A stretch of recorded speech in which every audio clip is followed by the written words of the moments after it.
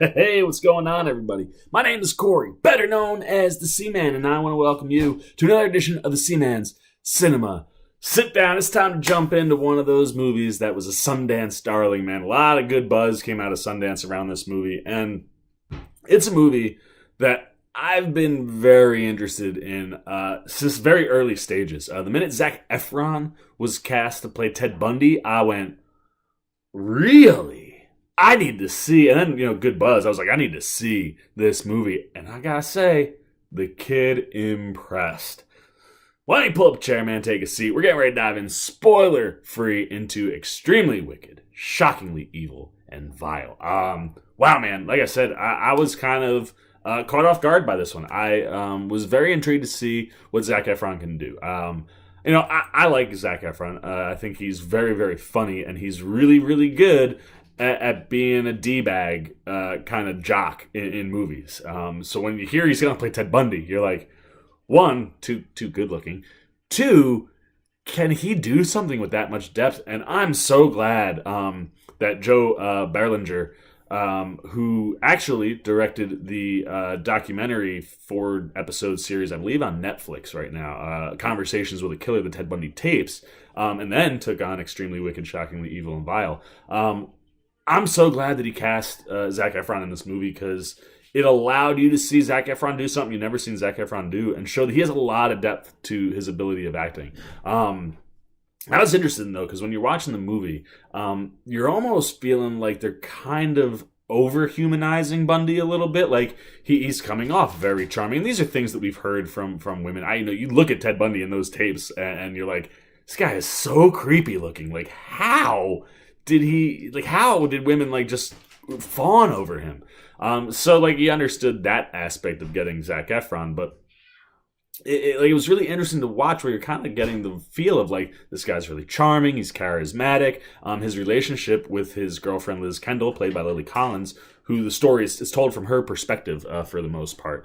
You're just seeing all these positives to Bundy's character, how he interacts with Liz's daughter, how he interacts with Liz, and you get these really nice moments, and I'm sitting there and I'm going, maybe telling it from Liz's perspective was not the right move, because you kind of get all this stuff and you're like, man, they're kind of making him seem like a good dude, and then you jump 6 years and you miss out on a whole bunch of what Ted Bundy was doing, and you're kind of sitting there going, man, was the narrative choice poor here? Should they have gone more from Bundy's perspective and less from Liz's?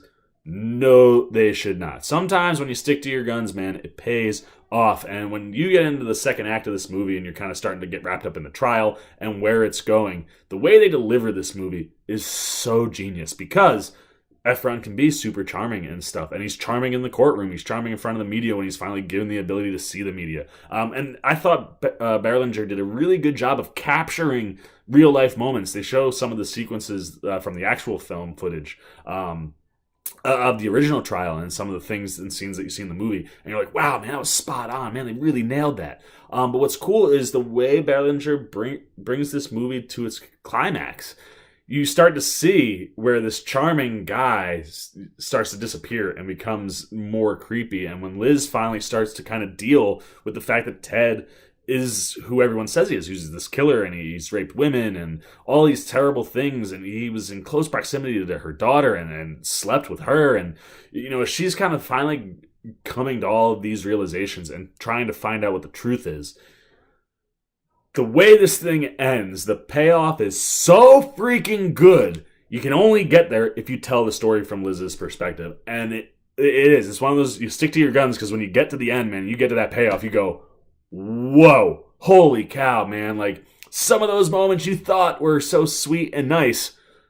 The movie does such a good job of showing you what perspective is. And when it came to Bundy, especially in his trial and all that stuff, perspective was a major thing. So many, especially women, didn't think he was guilty because of the perspective they were looking at. And when you start to look at it from the perspective of what actually was going on, all of these cute little sweet moments turn super creepy, and you start to notice all these little things that Efron's doing with his face and his mannerisms, and like I said, kid just crushed it. I mean, he really, I thought, encapsulated Bundy really, really well, and just it was I think important to get someone who could charm you the way Zac Efron can charm you, because I think that's how Ted got himself through some of the things that Ted got himself through. And ultimately, this ended up being a really, really well played out story. Like I said, it takes a little bit to get into, but when it gets going, wow. And the performances outside of Zac Efron are wonderful. I'm a big fan of Lily Collins. Every time she pops up in something, I'm like, oh,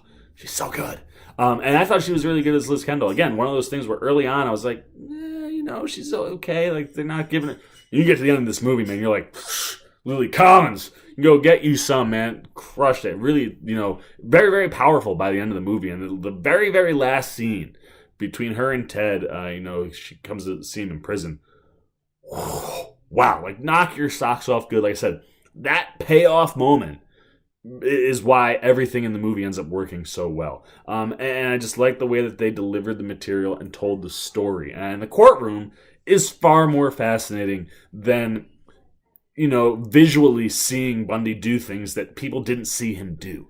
There are a couple moments that you kind of get hints at or see things from factual evidence they had, but a lot of the murders, I want to say is somewhere up around 60, and I think it was more than that. I'm okay with not seeing it because of the way things go, and the courtroom stuff is really, really, really interesting. And you get really two strong performances in that courtroom. One by the great, great John Malkovich, who plays Judge Edward D. Cowart.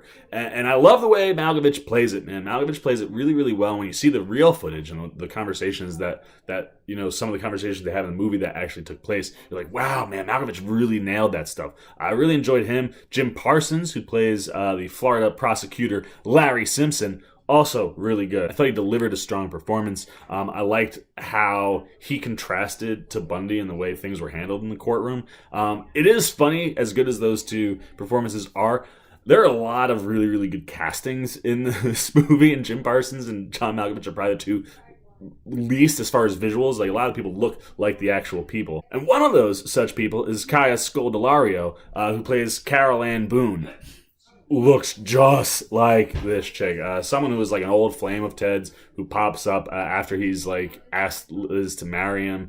And then when Liz, just kind of cuts herself off when he's in Florida, Carol Ann, like crazy OD in love with homie, like moves to Florida and kind of becomes his rock, even though he's still in love with Liz. And oh man, what a wonderful performance, man. Like, she is such a fascinating character in the movie that could have been an easy throwaway. And I thought Scodelario did a really good job of pouring a lot of life into that character and making it something that popped really well on screen. And I loved the chemistry between her and Efron. I just thought worked really well, and it was an interesting balance and different kind of balance to what Lily Collins and Zac Efron have going on in the movie. So all that stuff I thought was awesome. And then some of the twists and turns in the movie, like there were some things toward the end I was like, I didn't know that was what happened. Like, really cool. And again, the way they kind of deliver and hide some of these things and how all of that builds up in Liz. I thought it really, really worked once you got to the end of the movie. Like I said, stick with this bad boy, because if you do, when you get to the end and you see how everything plays out, it lines up really, really well. And it turns out to be a really solid movie with a really standout, solid performance from Zac Efron. I'm still blown away that he pulled this off and did it in such a way where, like I said, you could now see Zac Efron get other kinds of roles, and you see a little depth to his acting, and I really, really enjoyed that. So good job, Joe Berlinger.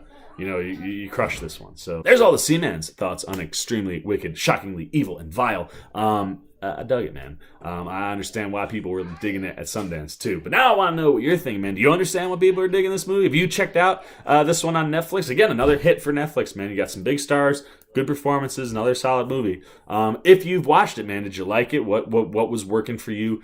What did you think of Efron's performance? What did you think of the story being told mostly from Liz's perspective and hiding a lot of the things that Liz wouldn't have known until we get to the end? How'd all that work out for you? Where did you ultimately end up on the movie? If you haven't seen it, has the old Seaman enticed you?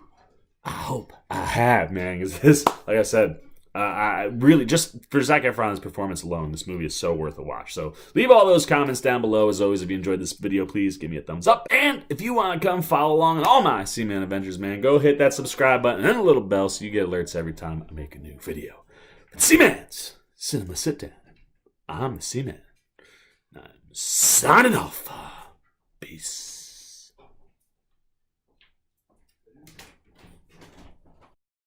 Well, I'll be. You guys are still here. You must be looking for some more content. Well, don't worry. C-Man's got you covered, man. You got videos like this guy and this guy. And if you haven't yet, and you want to come check out all the C-Man goodies, join the Cinema Sit-Down Squad, man. Hit that subscribe button. And don't forget to hit the little bell down below that, too, so you can get alerts every time I make new videos.